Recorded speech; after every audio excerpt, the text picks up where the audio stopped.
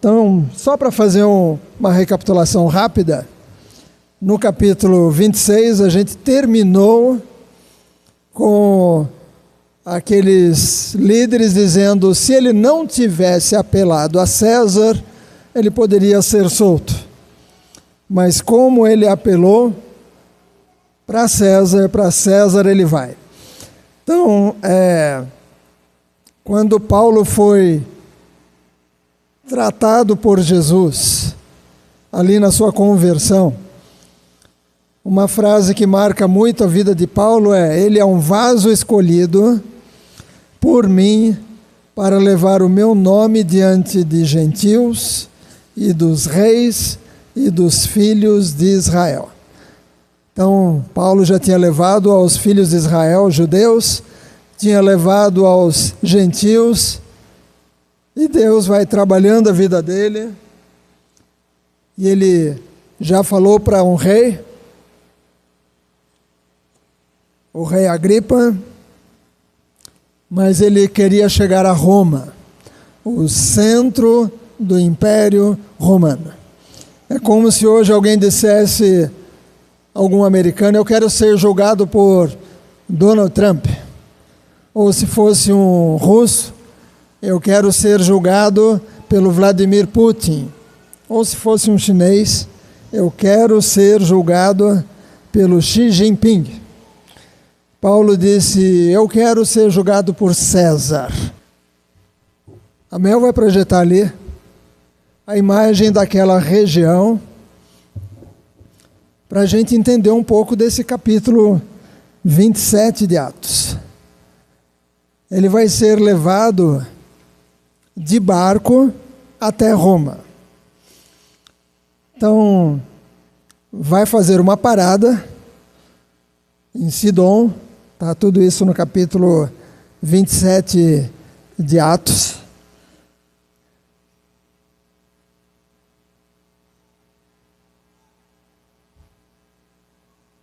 Acho que é por causa da luz.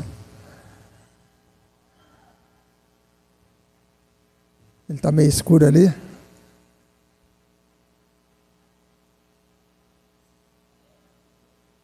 É esse, mas ele parecia diferente antes. Oi? Tá dando para ver? Tá bom. Então ele foi julgado aqui em Cesareia. E ele tem que ser levado até lá em Roma, na Itália. Eles pegam um barco primeiro de Cesareia. Melhorou, obrigado. Eles pegam um barco em Cesareia e no caminho eles param em Sidom. E no capítulo 27 de Atos diz que o centurião que estava responsável por Paulo agiu com gentileza, dizendo que Paulo podia, já que eles pararam em Sidom, para descarregar e carregar novas coisas, o centurião que era responsável por vários prisioneiros, inclusive por Paulo, ele diz, Paulo, pode procurar seus amigos, porque nós vamos ficar um tempo aqui. É como cruzeiro, para num porto, o pessoal desce, vai passear na cidade, depois volta e continua a viagem. E Paulo foi até Sidom, encontrou os irmãos, pôde conseguir também mantimento para a viagem, porque cada um tinha que levar a comida para a viagem. E aí depois eles continuam, a famosa, eles iam beirando a costa. Aqui no Brasil eles chamavam de navegação de cabotagem. Ao invés de pegar alto mar, ia sempre beirando a costa. Se o tempo piorasse, soltava a âncora, esperava melhorar o tempo. Quando melhorava o tempo, levantava a âncora, continuava mais um pouquinho. Se precisasse, parava em algum porto. Eles vão até ali em Mirra, onde eles trocam de barco. E nesse segundo barco, um barco maior, um barco que estava vindo de Alexandria, que era bem aqui embaixo. O barco estava indo de Alexandria, levando mantimento, porque o Egito era o maior fornecedor de alimento para Roma. Então eles pegavam alimentos aqui no Egito e levavam até Roma. Jerusalém, está tudo nessa região aqui. Então esse segundo barco é um barco maior. E levava viajantes também. E um pequeno trecho de 300 e poucos quilômetros eles fizeram em alguns dias. Atos 27, versículo 7 diz o seguinte: e navegando lentamente durante muitos dias, tendo chegado com dificuldade de fronte de Quinido, o vento não permitindo, navegamos abaixo de Creta, diante de Salmona. Então, a navegação foi bem lenta. O tempo não estava bom. Aí a gente chega no versículo 9 de Atos 27. Tendo passado muito tempo, e a navegação já se tornando perigosa, porque o jejum já havia passado, Paulo os alertava, dizendo-lhes: senhores, eu percebo que esta viagem será dolorosa e com muito dano, não só para o navio e a carga, mas também para as nossas vidas. Já pensou um passageiro de uma viagem dizendo: olha, a viagem vai ser ruim, vai haver dano para o barco, dano para a carga, dano para pessoas. Numa viagem que a pastora Lúcia e eu fizemos, na volta de Recife, no banco de trás tinha uma senhora com um bebezinho, uma criancinha bem pequenininha no colo, que mal falava, e quando o avião começou a andar na pista para levantar voo, a menininha começou a bater no banco dizendo: vai subir, vai subir, vai subir, vai cair, vai cair, vai cair. Daqui a pouco ela começava a dizer: vai subir, vai subir, vai subir, vai cair, vai cair, vai cair. Né? Mas ainda bem que depois ela parou de dar chute no banco, porque aquele banco começou a balançar muito. Mas o Paulo está dizendo algumas coisas aqui. Versículo 11. Mas o centurião acreditava mais no capitão e no dono do navio do que nas coisas que Paulo falava. Como aquele porto não era adequado para invernar, a maioria aconselhou que partissem dali para tentar chegar a Fênice, que é um porto de Creta em direção a sudoeste e a noroeste, e ali invernar. Então ali, quando eles chegaram em Creta, esse lugar não era ideal para ficar no inverno. Então eles planejaram dar a volta para ficar no porto do lado de lá da ilha. Como eu disse, a vida não está nem aí para o nosso planejamento. Versículo 14. Mas não muito depois, levantou-se um vento tempestuoso, chamado Euroaquilão, e apoderando-se do barco, e não podendo endireitá-lo em direção ao vento, desistimos e ficamos à deriva. A viagem que era para ser, dando a volta na ilha, eles foram parar na ilha de Malta. No noticiário falaram de Malta essa semana. Aquele banqueiro que deu golpe no Brasil e estava no avião particular dele, o jatinho, ele ia levantar voo para a ilha de Malta. Se você pesquisar, não agora em casa, tem aeroporto internacional em Malta, mas na época não tinha. Mas ele ia para Malta e de Malta ele ia dar um perdido. Mas o que eu gostaria de falar? Paulo está numa viagem, o destino seria Roma, mas foram parar lá em Malta.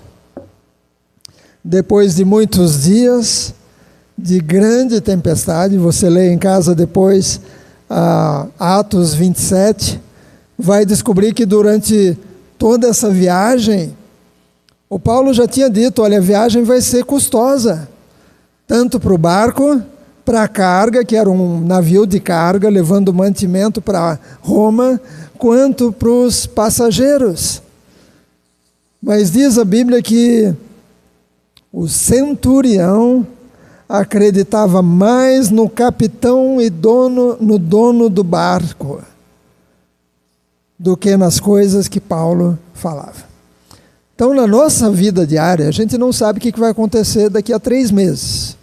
Nós estamos numa viagem, fizemos planos. Eu poderia perguntar para cada um aí quais são os seus planos. Mas na nossa viagem, com muitos planos, alguns confiam em pessoas e em coisas. Esse centurião que estava comandando os prisioneiros, e como ele era um soldado romano, ele estava mandando no barco inteiro.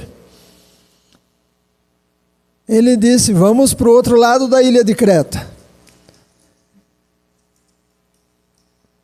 Ele confiava mais no capitão do barco e no dono do barco.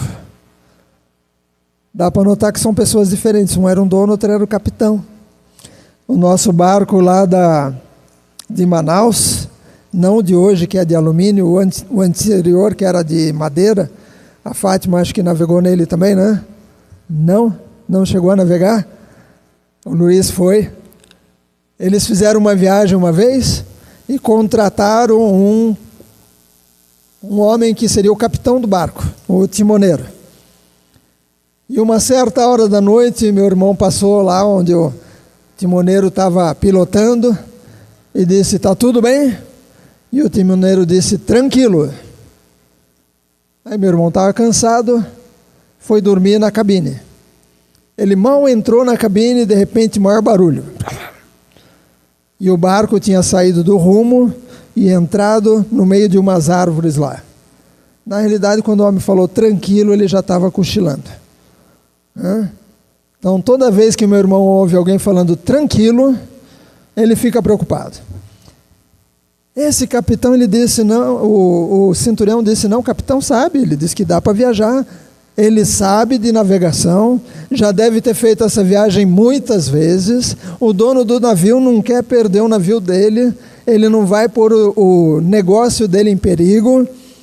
Quem que é esse homem aí para dizer que a gente não pode viajar? O Paulo já era conhecido como o quê? Tagarela. Né? Que esse tagarela quer falar? Disseram sobre ele lá na outra região. Mas o Paulo tinha dito, é melhor não viajar. E a coisa piorou. Eles estavam confiando no equipamento também, não só nas pessoas que pilotavam, mas no equipamento no barco. Não era aquele barquinho pequenininho do começo da viagem. Esse barco aqui, ele poderia navegar com mais tranquilidade. Era um barco grande. Eles confiavam no barco, que já deveria ter feito essa viagem muitas vezes.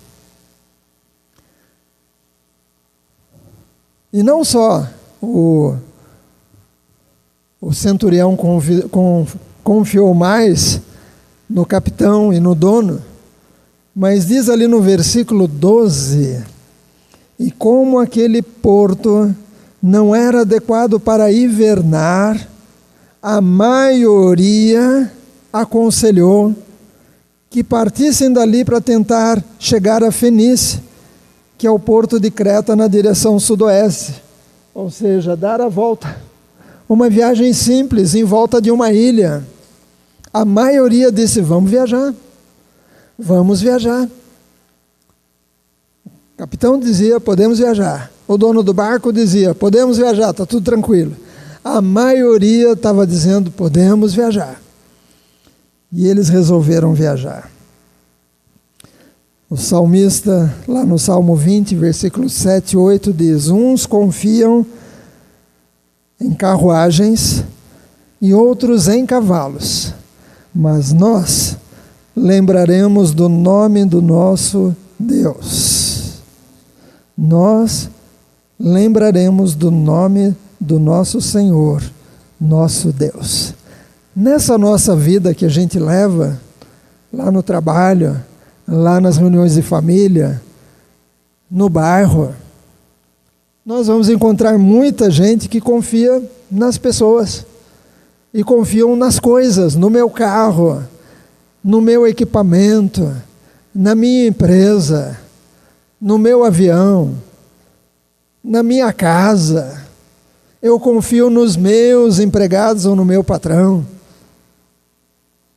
E às vezes as pessoas levam a vida assim, confiando em pessoas e em coisas. A Bíblia diz o quê? Maldito o homem que confia no homem e faz do braço a força do braço. Além dos que confiam em pessoas ou nas coisas que estavam nesse barco, eu posso dizer que tinha uns que não sabiam de nada. Porque o barco era grande. São os adeptos da filosofia profunda do filósofo Zeca Pagodinho. Deixa a vida me levar, vida leva eu. Nós vamos encontrar muita gente assim. Eles estão levando a vida de salário em salário. Eles recebem, eles gastam, não pensam no amanhã, não pensam se vão perder o emprego, não pensam se vai haver alguma coisa. Eles recebem, gastam, ficam esperando receber de novo, para gastar outra vez, e eles vão levando a vida. Para onde o vento levar, eles vão. Eles nem se preocupam em saber como é que estão as coisas do outro lado do mundo. Antigamente a gente via notícia falando sobre uma guerra no outro continente e vinha a foto de radiofoto. Era uma foto difícil de entender.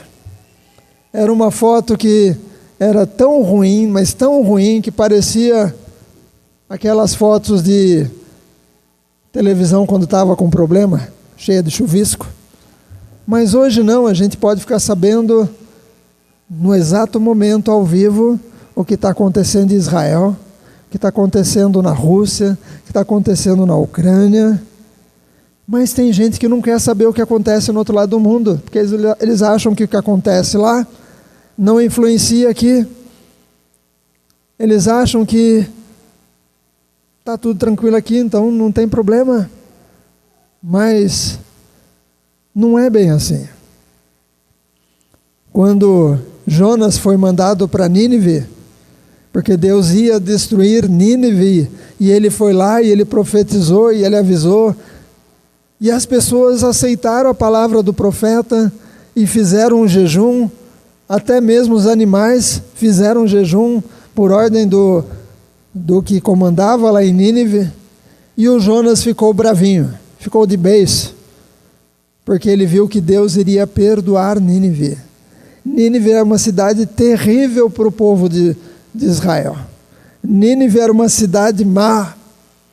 Eles maltratavam o povo de Deus, e agora Deus fala: vai lá e prega para Nínive, avisa que eu vou destruir se eles não se arrependerem. E eles se arrependeram. E diz a palavra que Jonas ficou do lado de fora da cidade esperando para ver o que ia acontecer, e nasceu uma boboreira, um pé de abóbora, e as folhas cresceram rapidamente, e fizeram uma sombrinha. Ele gostou daquela sombra. Mas diz a Bíblia que Deus mandou um verme que comeu a raiz daquele pé de abóbora, e a planta secou, e o sol veio de rachar, e o Jonas ficou tão bravo, mas tão bravo, que ele começou a pedir para morrer. E aí Deus diz o seguinte, Jonas 4, versículo 6, e disse o Senhor: tu tiveste pena da boboreira, na qual não trabalhaste, nem a fizeste crescer, ele nem plantou, ela nasceu sozinha. Não fez ela crescer, que nasceu em uma noite pereceu. Versículo 7, não deveria eu poupar Nínive, aquela grande cidade, onde estão mais de 120.000 pessoas, que não sabem discernir entre a sua mão direita e a sua mão esquerda, e também muitos animais. Então Deus diz, tem muita gente na cidade, muita gente que não sabe nem o que está acontecendo, muita gente que está... Eu me preocupo com elas. E nesse barco onde Paulo estava indo para Roma, tinha assim o centurião romano, tinha alguns soldados romanos, tinha o capitão do barco, o dono do barco, pessoas que confiavam neles mesmos e nos bens, mas tinha também muita gente que nem sabia o que estava acontecendo. Eles não sabiam de nada. Atos 27:37 diz o quê? E éramos, ao todo, no navio, 276 almas. 276 almas. Pessoas que estavam lá no barco, talvez no porão do barco. Talvez muitos na parte de cima, é conversa do barco, na popa, na proa, sei lá onde. Mas 276 almas. Muita gente que nem sabia de nada. E eles precisavam de um socorro. Eles estavam naquele barco, jogado para um lado, para outro. Muitas noites e muitos dias. Não era o primeiro naufrágio de Paulo, que a gente vai ver daqui a pouco, mas eles passaram por muito tempo à deriva. Vocês sabem onde é a ilha de Cabo Verde, perto da África? Um cabo-verdiano pescador resolveu dar uma pescadinha. E ele estava pescando, de repente o barquinho dele ficou à deriva. E o mar foi levando. Até que ele foi achado 3.000 quilômetros de distância. 3.000 é daqui até Recife. Ele estava ainda em alto mar, mas estava perto do nordeste, do norte do Brasil. Já tinham passado 15 navios por ele, e ele pedia socorro e os navios continuavam em viagem. Sozinho num barco. Ele comia o que ele conseguia pescar, pelo menos ele tinha material de pesca, e ele era pescador, ele sabia qual peixe era venenoso e qual ele podia comer. Ele bebia a água que ele conseguia coletar da chuva, mas 15 barcos passaram por ele. Isso aconteceu em abril de 2017, até que um barco vindo dos Estados Unidos com um capitão alemão, ele foi avistado, o capitão mandou que resgatasse um homem do barquinho, e ele foi trazido até o Brasil. Ele estava à deriva. O barco que o Paulo estava começou a ir à deriva, levado pelo vento, pela tempestade, foi embora. Os mares têm muitas correntes marítimas. Eu compartilhei com vocês de um container que estava indo da China para os Estados Unidos com aqueles patinhos amarelos que as crianças tomavam banho. Só os mais antigos vão lembrar que o Enio do Vila Sésamo tinha um patinho, que ele conversava. O Walter já se entregou ali. O Walter e o Eduardo já lembraram do patinho do Enio do Vila Sésamo. Era moda, as crianças tomavam banho com um patinho. A Jaqueline tinha um, sobreviveu, Os do Ilaura tomaram banho com esse patinho também. Mas um carregamento, um container de patinhos da China, sendo levado para os Estados Unidos, o container caiu no mar. E abriu. E milhares de patinhos ficaram boiando no meio do mar. O barco foi embora. Até que depois de um tempo, começou a aparecer notícia, porque as correntes marítimas foram levando patinho para todo lado. Então, de repente, alguém disse: achei um patinho aqui em Portugal. Achei um patinho no Japão.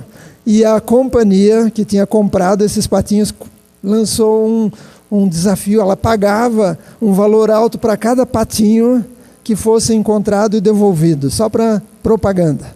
Então as pessoas começaram a sair nas praias procurando patinho, só que quem achava dizia: esse patinho aqui eu não vou devolver não, vou guardar. Eu achei um dos patinhos. Apareceu patinho em vários lugares do mundo por causa das correntes. Então, dependendo de onde a corrente levar, vai embora. O barco que Paulo estava foi parar na ilha de Malta, a mesma ilha que o dono do banco queria dar uma escapada essa semana. Uns confiam em pessoas, em coisas, outros nem sabem de nada. Você tem parentes que nem sabem de nada. Não sabem sobre Apocalipse, não sabem sobre perseguição, não sabem sobre que vai ter muito briga de pai contra filho, irmão contra irmão, e a coisa vai piorar, o amor de muitos vai esfriar. Eles não sabem de nada. Mas tem os que confiam em Deus. Paulo sabia que Deus estava com ele. Paulo sabia. Lá em 2 Coríntios 5,7, Paulo escreveu dizendo: porque andamos por fé e não por vista. Nós cristãos não podemos andar por aquilo que a gente está vendo agora. Porque se vier uma doença, a gente vai desanimar.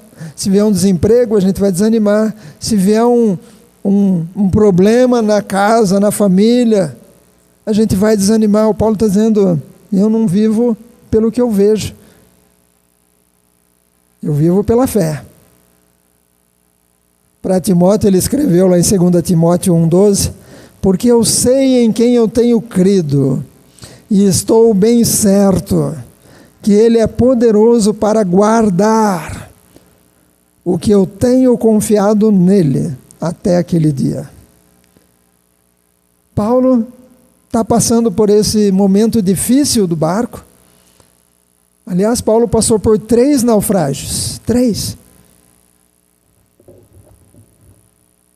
Ele escreveu lá em 2 Coríntios, capítulo 11, versículo 25: 3 vezes fui açoitado com varas, uma vez fui apedrejado, 3 vezes sofri naufrágio, uma noite e um dia passei nas profundezas. Ou seja, entrava dentro da água, conseguia voltar de novo. 3 naufrágios. Teve um homem que passou por 2 naufrágios num dia só, na guerra.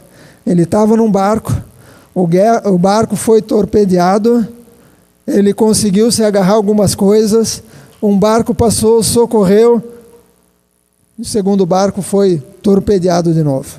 Então, passou por 2 naufrágios, um assim seguido do outro. Mas o Paulo está nessa viagem, e ele não era o único do barco, porque o Lucas está com ele, tanto assim que, no jeito como está escrito aqui, navegamos, fomos colocados num barco. O Lucas está junto, mas tinha um outro também, que é o Aristarco, e esses 2 estavam com Paulo. Paulo não era o único cristão no barco, mas ele sabia muito. Paulo sabia bastante. Alguém disse: se estamos com Deus, ainda somos a maioria. Se você estiver sozinho com Deus, você é a maioria. Alguns dizem que foi o John Knox que disse isso aí, outros jogam para outra pessoa. Mas chega um momento da viagem que o Paulo assume o comando do barco. Eles já tinham jogado coisas no barco, diminuído o peso do barco, jogaram as velas, jogaram o mastro. Versículo 21. O Paulo se levanta e quase que ele diz aquela frase que a gente ouvia quando era criança, e a mãe da gente dizia: leva guarda-chuva, vai chover. Aí a gente fazia o quê? Vai não. Aí chovia, e a gente voltava para casa, o que ela dizia? Eu te disse. Avisei, leva guarda-chuva.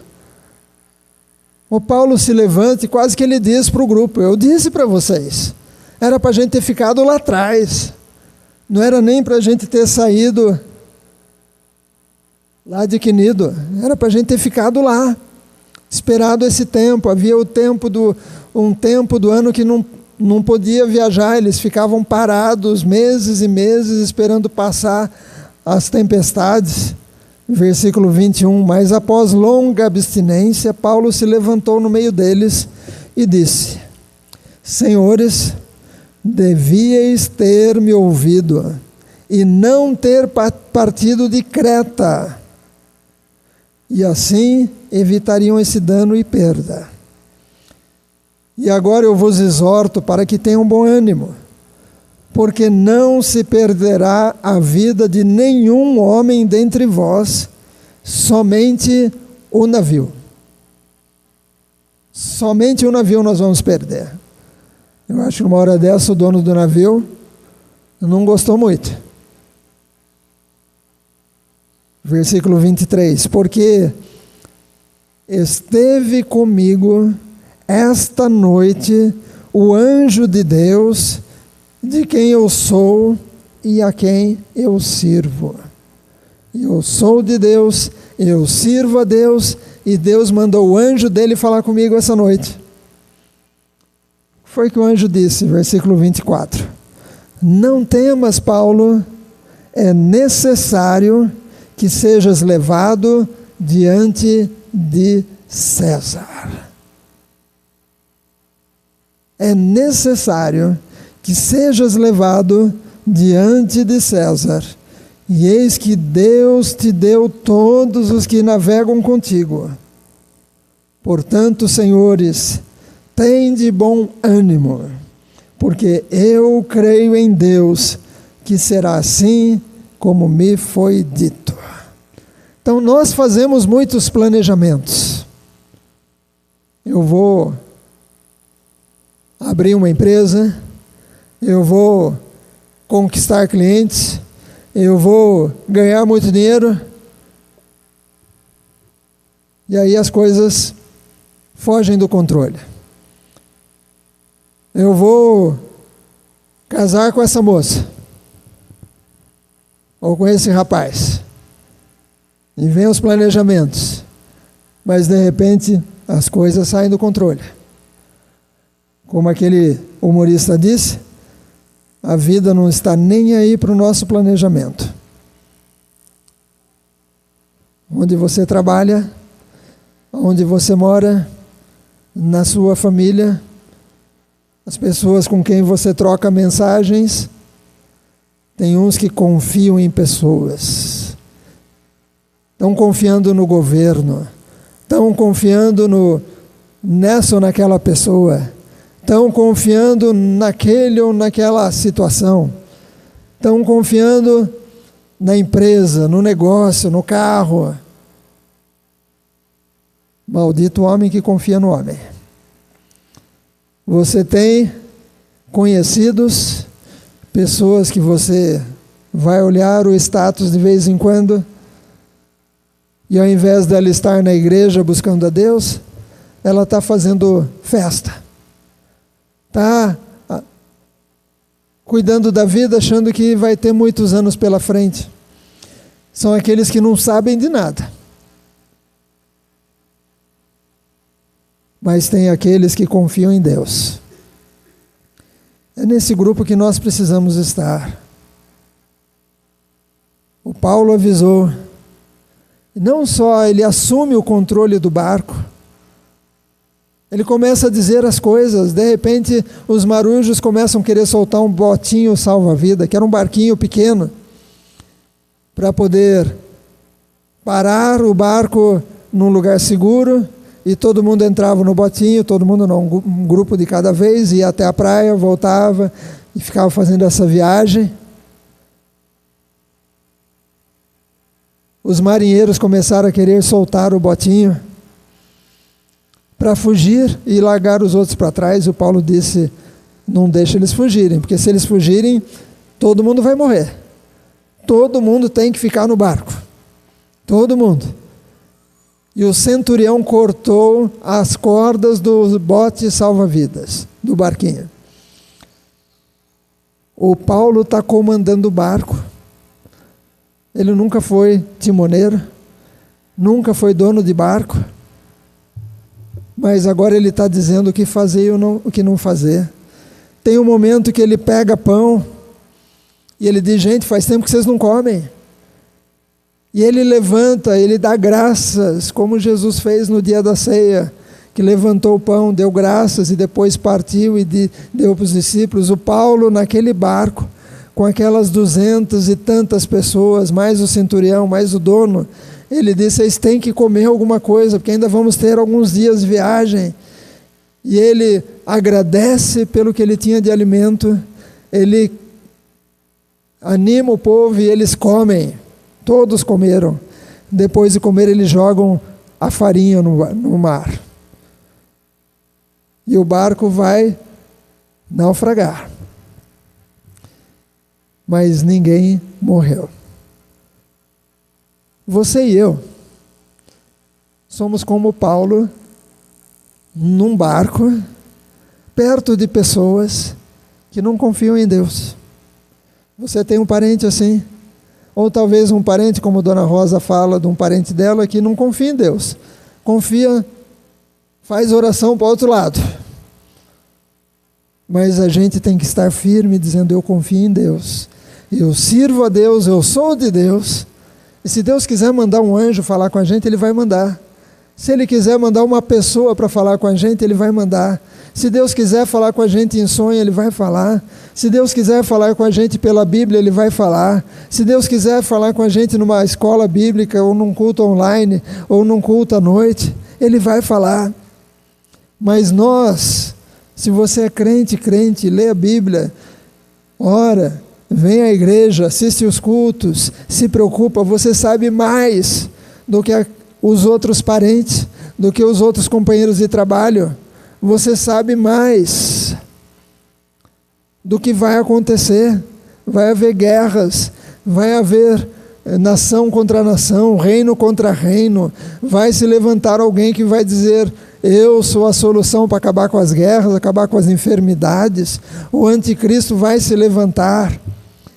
Você conhece mais do que muita gente. E você vai ser aquele que às vezes vai dizer, lembra lá atrás que eu falei alguma coisa para você e você não acreditou? Eu te disse lá atrás. Talvez você já passou por isso com algum filho. Lembra lá atrás que eu falei, não anda com esse daí, aquela menina não é de confiança, aquele trabalho lá não é tão honesto. Você sabe muita coisa. E às vezes, diante de algumas situações, as pessoas vão parar de confiar nelas mesmas e confiar nas coisas, vão parar de querer só viajar, porque tinha muita gente que estava naquele barco que estava dizendo, vou a Roma, vou conhecer Roma, vou conhecer o Coliseu, vou conhecer aonde mora o César. Mas de repente eles estavam no meio do mar, com risco de vida, risco de morte, aliás, né? E eles ali começaram a querer saber o que estava acontecendo. Começaram a ouvir o Paulo, aceitaram comer, aceitaram as ordens. Alguns vão começar a dizer, o que você sabe sobre tal coisa? O que você sabe sobre Israel? que você sabe sobre... Olha, eu vi um filme, fiquei assustado, falando sobre umas coisas que vão acontecer. O que você sabe sobre isso? E você que confia em Deus, você vai ser usado, porque Deus, assim como Ele amava aquelas pessoas de Nínive e mandou Jonas para lá, assim como Deus amava aquele grupo todo que estava no barco, Deus também ama a sua família. Deus também ama seus colegas de trabalho. Deus também ama seus clientes. Deus ama as pessoas com quem você troca mensagem. Deus ama as pessoas que você não conhece, e talvez você vai ser usado para dar uma palavra, para dizer o Deus a quem eu sirvo e de quem eu sou. Ele diz que vai acontecer isso e aquilo outro. E olha que o Paulo não estava isento do problema. Paulo está no meio da tempestade, no meio daquele barco sendo destruído, naquela confusão toda, salve-se quem puder. Eles queriam até matar os prisioneiros, para que não nadassem e fugissem. Mas o centurião, querendo proteger o Paulo, disse: não vai matar nenhum dos prisioneiros, todo mundo. Quem souber nadar, nade até a praia. Quem não souber nadar, agarra um pedaço do barco, agarre alguma tábua e vão para a praia. Todos foram salvos. Todos. Que muitos da nossa família sejam salvos. Você tem um filho que está longe do Evangelho hoje? Dona Zímpia sempre pede oração pelos filhos. Alguns que já foram da igreja, hoje estão longe. Continua orando. Continua orando. Você tem parentes assim, tem amigos assim. Alguns que até zombam de você. Você não sabe de nada. O capitão está dizendo que pode ir. O dono do barco está dizendo que pode ir. A maioria está dizendo que pode ir. Quem que é você na fila do pão? Mas lá na frente alguns vão dizer: Rosa, me explica isso. Foi livramento? Como a Rosa testemunhou hoje de manhã, em que a família veio conversar com ela sobre alguns problemas na viagem e disseram: foi livramento, né? As pessoas vão nos procurar. E você vai ser usado. Porque Deus quer alcançar os amigos do Arthur por meio da palavra do Arthur lá naquela sala de aula. Deus quer usar a Floriane para falar para as amigas lá do grupo que ela faz parte, do homeschooling. Deixe Deus usar. Deixe Deus se usar aonde você for, porque você sabe mais do que muitos deles. Perca o medo e diga: o Paulo está no meio da confusão toda. Não é que o anjo pegou o Paulo no meio do barco à noite e disse: eu vou te tirar daí porque o barco vai afundar. Não, o Paulo continuou lá. Paulo bebeu água, com certeza, muita água salgada. Ficou temperadinha, por dentro e por fora. Paulo passou pelo mesmo problema que todo o grupo do barco, mas ele tinha uma palavra: Deus me disse que eu vou comparecer diante de César. Você tem palavras da Bíblia que você está aguardando?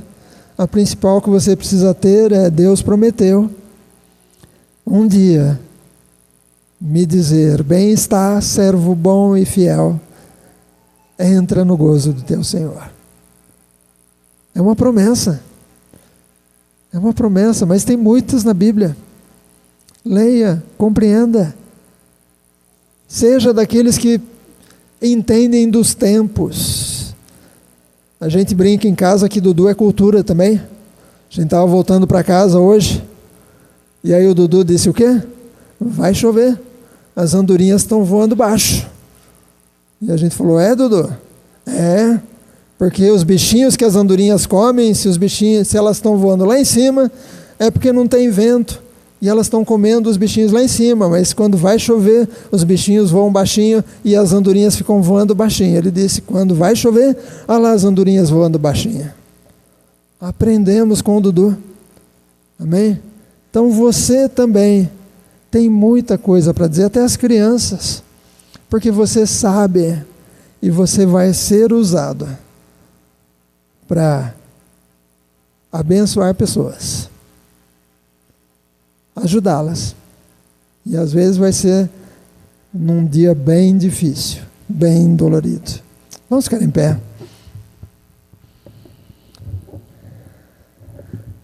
Eu te recomendo ler o capítulo inteiro. Eu pulei porque a passagem é longa, falando de tudo que fizeram. Mas volte para ler, porque você vai descobrir coisas que eu não vi. Com a sua experiência de vida, você vai descobrir coisas que eu não vi. Só na leitura aqui que eu percebi que tinha duas pessoas, o capitão e o dono do barco. Eu já li esse texto muitas vezes, mas lendo aqui para os irmãos que eu vi que foi o capitão e o dono do barco. Então você vai ler e vai descobrir coisas novas. Ó Deus, nós fazemos planos. E as pessoas que vivem ao nosso lado também fizeram os planos delas. E nós vamos encontrar pessoas, algumas frustradas, porque o casamento não deu certo, porque o emprego ruiu, porque a empresa faliu. Pessoas que confiaram numa solução política e não veio. Pessoas que contavam com tempo de paz e estão preocupados com notícias ruins. Pessoas que fizeram muitos planos para os filhos quando crescessem, e alguns acabaram perdendo seus filhos. Senhor, nós também às vezes vamos ter alguns planos nossos mudados. O Paulo, quando entrou naquele primeiro barco, nem sabia o que iria enfrentar. Só depois, no segundo barco, é que ele ficou sabendo algumas coisas, mas só em parte. Depois ficou sabendo um pouco mais. Nós também, Senhor, temos nossos planos e alguns deles talvez não vão dar certo. Mas que a gente confie no Senhor. Porque o Senhor é poderoso para guardar aquilo que temos colocado no Senhor. E que através de nós, que a gente também ajude os que estão navegando nessa vida junto conosco. Nossos filhos e suas famílias, nossos parentes, nossos colegas de trabalho, vizinhos, até mesmo pessoas da igreja, Senhor. Alguns ainda não entenderam algumas coisas. Que nós saibamos compartilhar aquilo que já recebemos. Que nós saibamos ser boca de Deus para ajudar, para que eles também confiem no Senhor e passem a ter uma outra percepção da vida. Em nome de Jesus. Amém. Que Deus te abençoe.